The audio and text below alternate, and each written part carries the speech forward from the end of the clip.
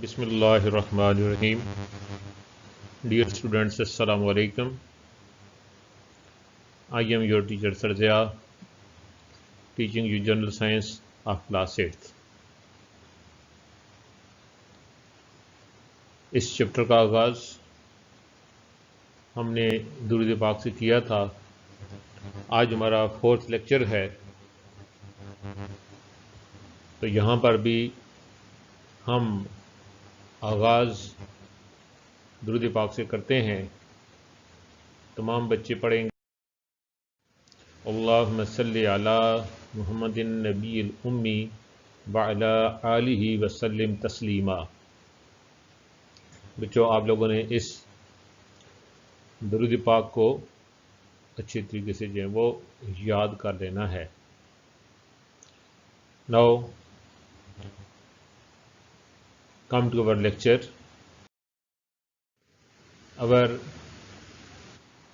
chapter was chapter number 7 of General Science Class 8, that is electricity and energy. And is controlling the current.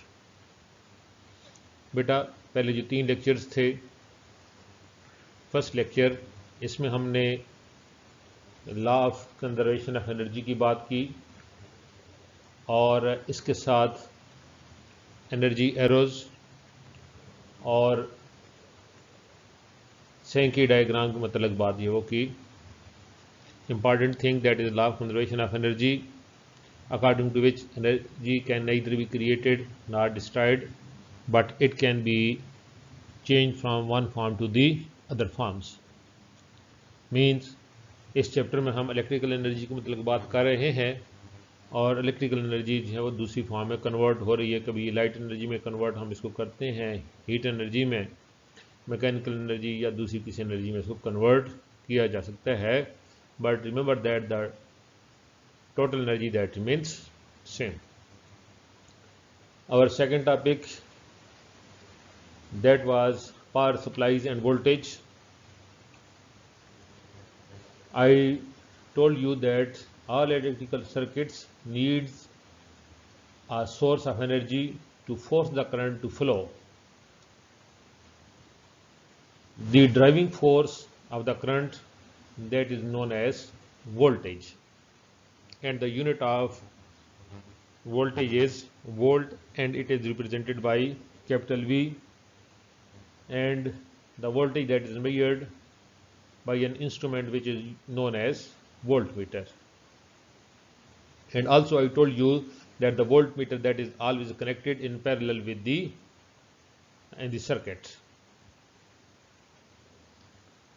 Now इसके अलावा मैंने आप लोगों को बताया था that the current that is measured with the help of a device which is known as ammeter, and the current that is measured in ampere, and its symbol is capital A, and ammeter that is always connected in series in the circuit. In the third lecture we discussed about the resistance, and I told you that the opposition offered to the flow of charge or the current, that is known as resistance. Resistance is an electrical quantity that measures the hindrance to the flow of charge. The resistance of a wire that depends upon several things, especially the thickness of wire and what metal it is made of.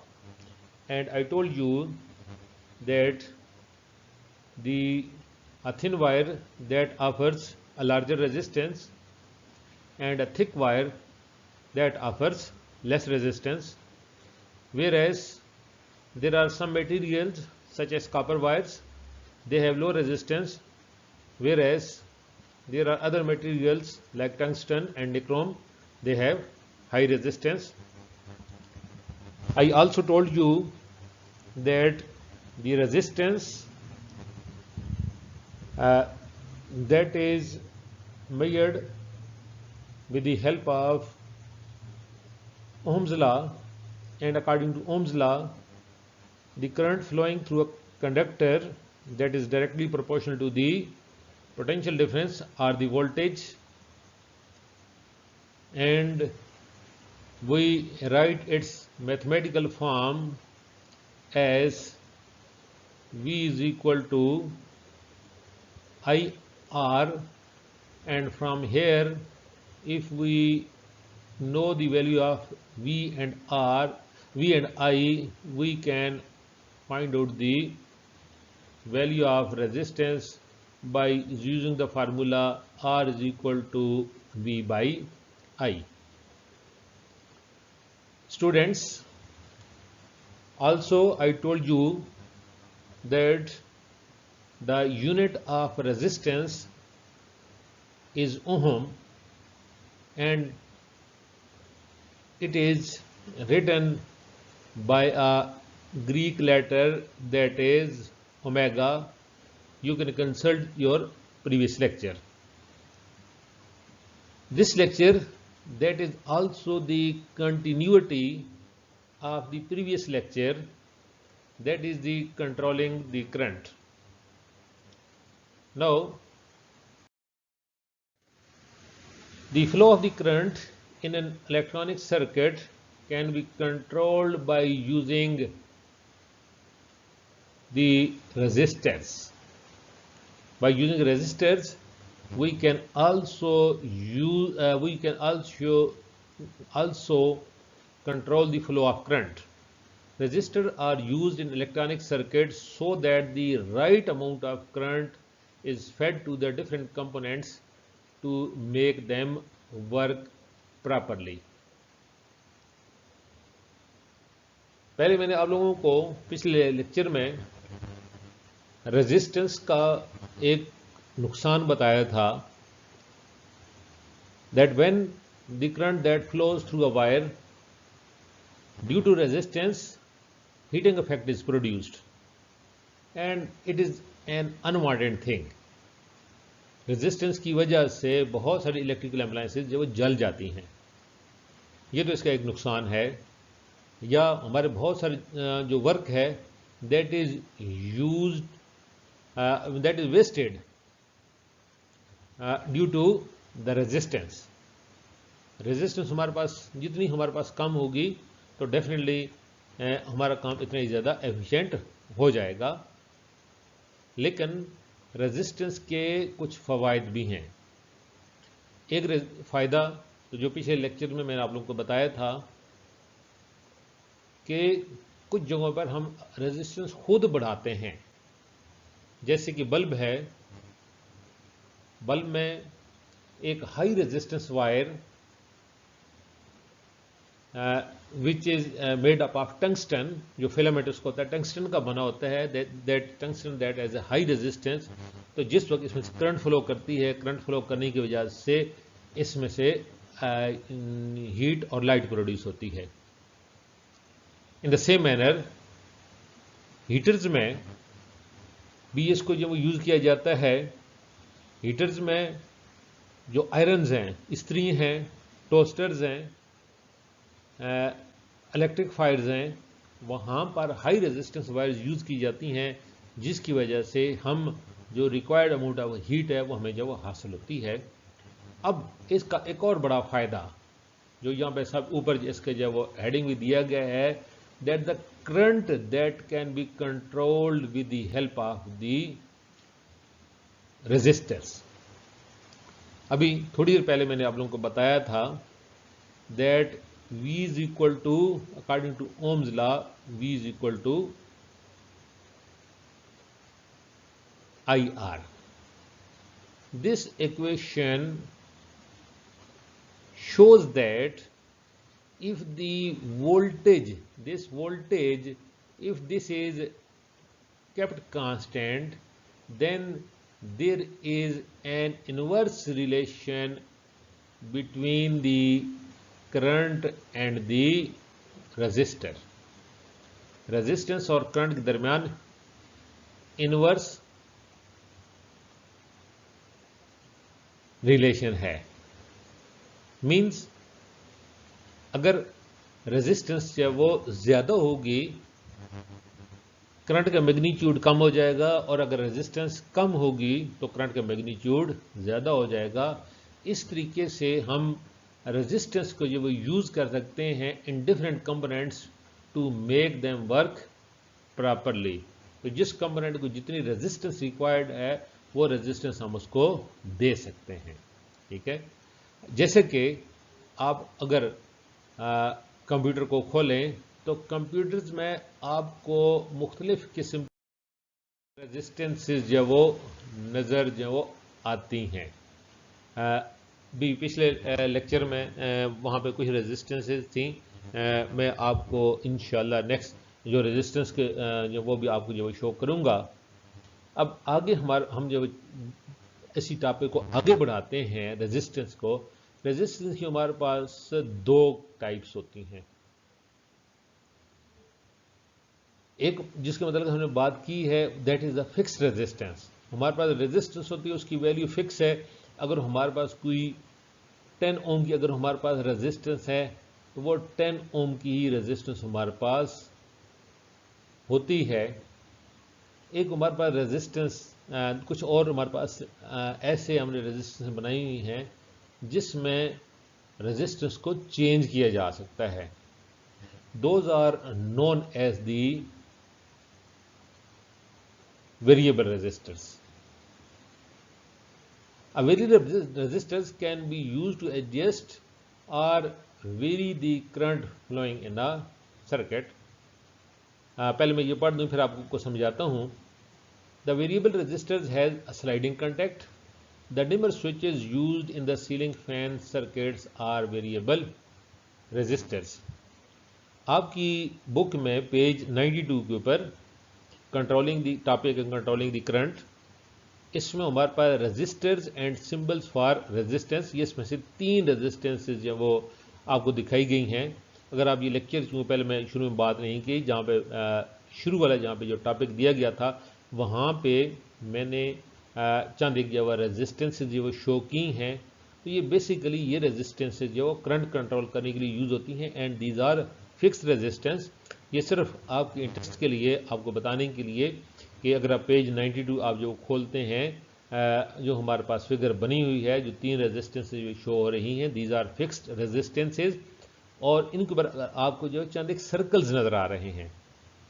Basically इसको कहा जाता है colour coding. ये different colours की होती हैं और इंशाल्लाह आप लोग जो अगली क्लासेस में 9th-10th में तो नहीं है, फर्स्ट ईयर में जो सेकेंड ईयर में जो इलेक्ट्रिसिटी के चैप्टर्स हैं वो कलर कोडिंग में उनको बाकायदा आपको जो वो समझाया जाता है कि ये कलर स्कीम किस तरीके से होती है और इनको जो वो कैसे रीड किया जाता है कि ये रेजिस्टेंस जो वो कितने ओम की है। बात हम जो वो कर रहे थे वेरिएबल रेजिस्टेंस की। तो यहाँ पे हमारे पास ये चीज़ जो शो हो रही है, this is known as the variable resistance, और इसका जो सही नाम है दैट इज रियोस्टेट। बेटा कोई इतना ही आपको याद रखने की जरूरत नहीं है, जैसे अगर आपको याद रह जाता है तो अच्छी बात है। दिस इज द रियोस्टेट, और इसमें हमारे पास ये जो कॉन्टैक्ट है, this contact is the sliding contact. ये यहाँ पर स्लाइड कर सकता है, इसको आप राइट की तरफ भी मूव करवा सकते हैं और इसको लेफ्ट की तरफ भी जब मूव करवाया जा सकता है। अगर आपके पास एक टर्मिनल अगर आप यहाँ पे आप जो लगा फिक्स कर देते हैं तो जिस वक्त आप इसको लेफ्ट की तरफ मूव करेंगे तो कम रेजिस्टेंस होगी, जितनी रिक्वायर्ड रेजिस्टेंस को रखा जा सकता है। अगर इसको हम इससे जब इस कॉन्टैक्ट से दूर मूव करते जाएंगे तो रेजिस्टेंस इसकी इंक्रीज जो करती जाती है। यानी ये एक सिंपल इसके ऊपर एक जो वो वायर जो वो बाउंड की गई होती है। जैसे वायर की जो लेंथ बढ़ती जाती है, मैंने आपको बताया था पिछले लेक्चर्स में कि the resistance that is directly proportional to the length of the wire. अगर लेंथ ऑफ द वायर ज़्यादा होगी तो रेजिस्टेंस ज़्यादा होगी। तो जितनी हमारे पास रिक्वायर्ड रेजिस्टेंस है, रियोस्टेट किसी भी सर्किट में लगा के रेजिस्टेंस को हम जहाँ पर हम चाहते हैं उसको वहाँ पर फिक्स किया जा सकता है। इसी तरीके से एक और दूसरी ये आपको एक ये चीज़ जो नज़र आ रही है, मैंने इसलिए इसको यहाँ पे जो ड्रा की है, बुक में भी ये बनी हुई है, ये डिमर है। फैंस इसके ज़रिए ऑन करते हैं, उनकी स्पीड को कंट्रोल किया जाता है। स्पीड को कंट्रोल कर बेसिकली वोल्ट इसमें से ये जो वो रेजिस्टेंस जो वो कर रही होती है, तो डिमर स्विचेस इसमें लगाए जाते हैं, इसमें वेरिएबल रेजिस्टेंस होती है, तो रेजिस्टेंस हम इसमें से कम या ज़्यादा करके उसके करंट जो फैन को करंट जा रहा है उसको कम या ज़्यादा करते हैं, और हम इसकी जो है करंट जिस वक्त उसको फैन को कम या ज़्यादा होगा, नतीजे के तौर पे उसकी स्पीड भी जो है वो वेरी करती है। तो ये हमारे पास this is the variable resistance.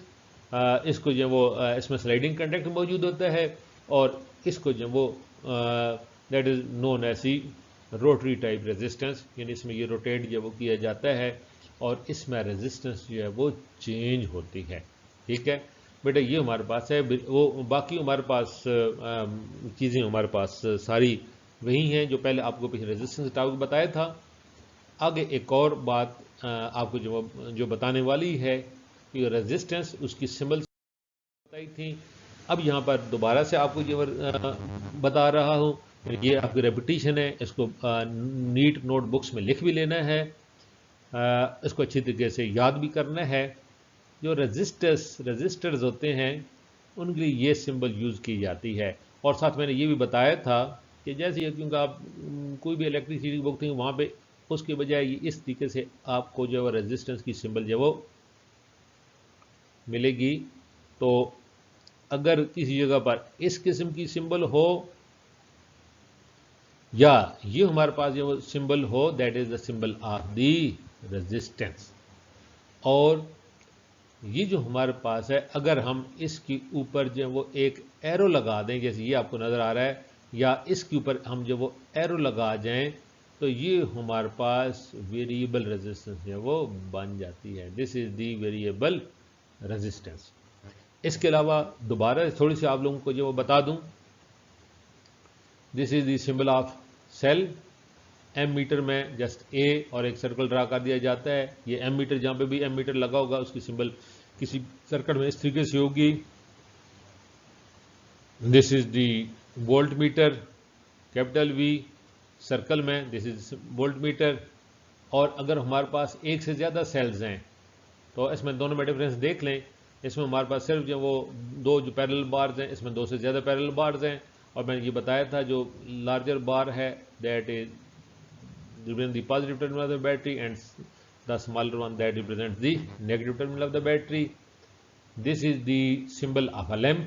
ये हमारे पास एक सर्कल, उसमें अगर क्रॉस लगा दें, this is symbol of the lamp, and this is the symbol off switch. यानी कि ये है, इसको इस तरीके से कर दिया। आप बेशक वो सर्कल ना भी बनाए, अगर इस तरीके से एक सर्किट में इस तरीके से कोई चीज़ बनी हुई है, it mean that it is S for switch. तो बेटा आप लोगों ने इसको याद कर लेना है, इंशाल्लाह ये सिंबल्स आपको अगली क्लासेस में भी काम आएंगी। चूँकि बुक में मौजूद है, ये हमारे पिछले लेक्चर में बात हो चुकी थी और ये मैंने डायग्राम भी आपको वहाँ पे शो की थी। इसमें this is the variable resistance, this is the positive terminal and this is the negative terminal of the battery. 12 volt DC supply की गई है। इसमें ammeter that is connected in series, this is the bulb, और bulb के against voltage measure करने के लिए this is the voltmeter. Voltmeter को पैरेलल में जो लगाया गया है, this is the variable resistance. इसको आप कह सकते हैं this is the rheostat. Now if we draw a graph between voltage and current, voltage and current, आपको जैसे कि लेक्चर के इस आगाज में बताया था that the resistor they are use to control the current. अब यहाँ पे हमारे पास पहले लेट सपोज कि अगर हमारे पास जीरो रेजिस्टेंस है, जो भी करंट इसमें से फ्लो कर रहा है, करंट इसमें फ्लो करेगा और हम इसके अगेंस्ट में वोल्टेज मेजर करेंगे। अब हम इसकी रेजिस्टेंस आहिस्ता से बढ़ानी शुरू कर देते हैं। लेट सपोज 0 से 5 ओम कर दिया, 5 ओम करते हैं तो करंट डेफिनेटली डिक्रीज़ करेगा, करंट डिक्रीज़ करेगा, तो हम इसके दरमियान वोल्टेज मेजर कर सकते हैं। फिर उसमें लेट अस सपोज वोल्ट हम इसको 10 ओम के ऊपर करते हैं, फिर करंट मेजर करते हैं और वोल्टेज मेजर करते हैं। अगर हम इस तरीके से एक जो वो ग्राफ ड्रा करें, we come to the conclusion, ये ऊपर ग्राफ जो बना हुआ है, मैंने दोबारा वैसे इसको जो बना दिए है, we come to the conclusion that the current that is directly proportional to the voltage, that current that is directly proportional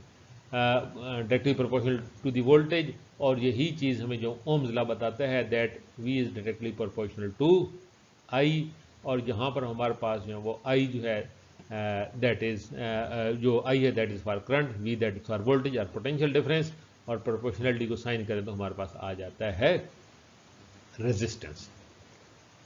तो बेटा उम्मीद है कि ये बातें आपको जो क्लियर हो गई होंगी। अभी इसी चीज़ को जो है वो सामने रखते हुए जो हमने काम किया है, इसमें से हमारे पास टेस्ट योर सेल्फ पेज 93, उनको हम जो वो देखते हैं, उसमें हम पहले जो वो करेंगे बहुत आसान है। Draw the symbol of a resistor, definitely बहुत आसानी के साथ बुक में मौजूद है, आप लोग जो लेक्चर में बताया आप जो वो इजीली बता सकते हैं। Why are resistors use for in electronic circuits? Resistors are useful in electronic circuits because resistors are used to control the current. Resistors are useful in electronic circuit because they are used to control the current. Question number 3. How does a variable resistor differ from a resistor? एक आम register में और variable resistor दोनों में क्या फ़र्क होता है? मैं पहले बता चुका हूँ, resistors they have fixed resistance, they have fixed value, they have fixed resistance, whereas variable resistors they have their resistance that can be changed, वो उसकी वैल्यू जो है वो fix, they have no fix value. ठीक है बेटा, clear हो गई? What is the relation between the current through a resistor and the voltage across it?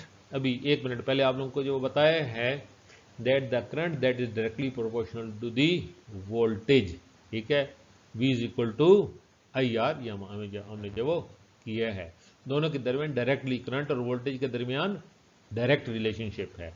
ठीक है, अभी पांचवा कोई ख़ास आपके टॉपिक से रिलेटेड नहीं है, इसमें पढ़ लेते हैं। Explain why it would be sensible to use the not be sensible to use the graph to predict what will happen when a voltage of 230 volt is applied to the register.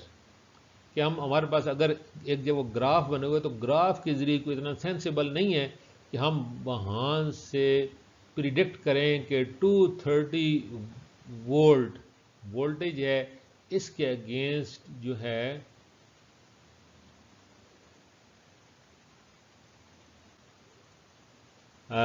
What will happen when voltage, हाँ ये ज़रूर बात है कि इसमें से क्या हो, इसमें दोबारा क्वेश्चन पढ़ते हैं। Explain why it would not be sensible to use the graph to predict what will happen when a voltage of 230 volt is apply to the register.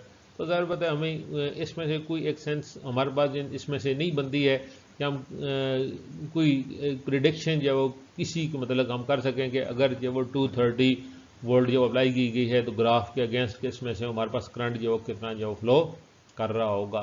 Doesn't matter, please आप इस क्वेश्चन को ख़त्म कर दें। ठीक है, उम्मीद है ये बातें क्लियर हो गई होंगी।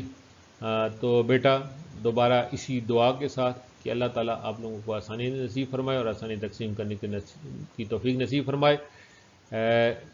अच्छी तरीके से जो वो बेटा लेक्चर सुने, बुक को साथ कंसल्ट करें, टेस्ट योर सेल्फ करें और अपनी इसको नीट नोटबुक्स में जो वो लिखें। तो कल तक के लिए अल्लाह हाफिज़, थैंक यू।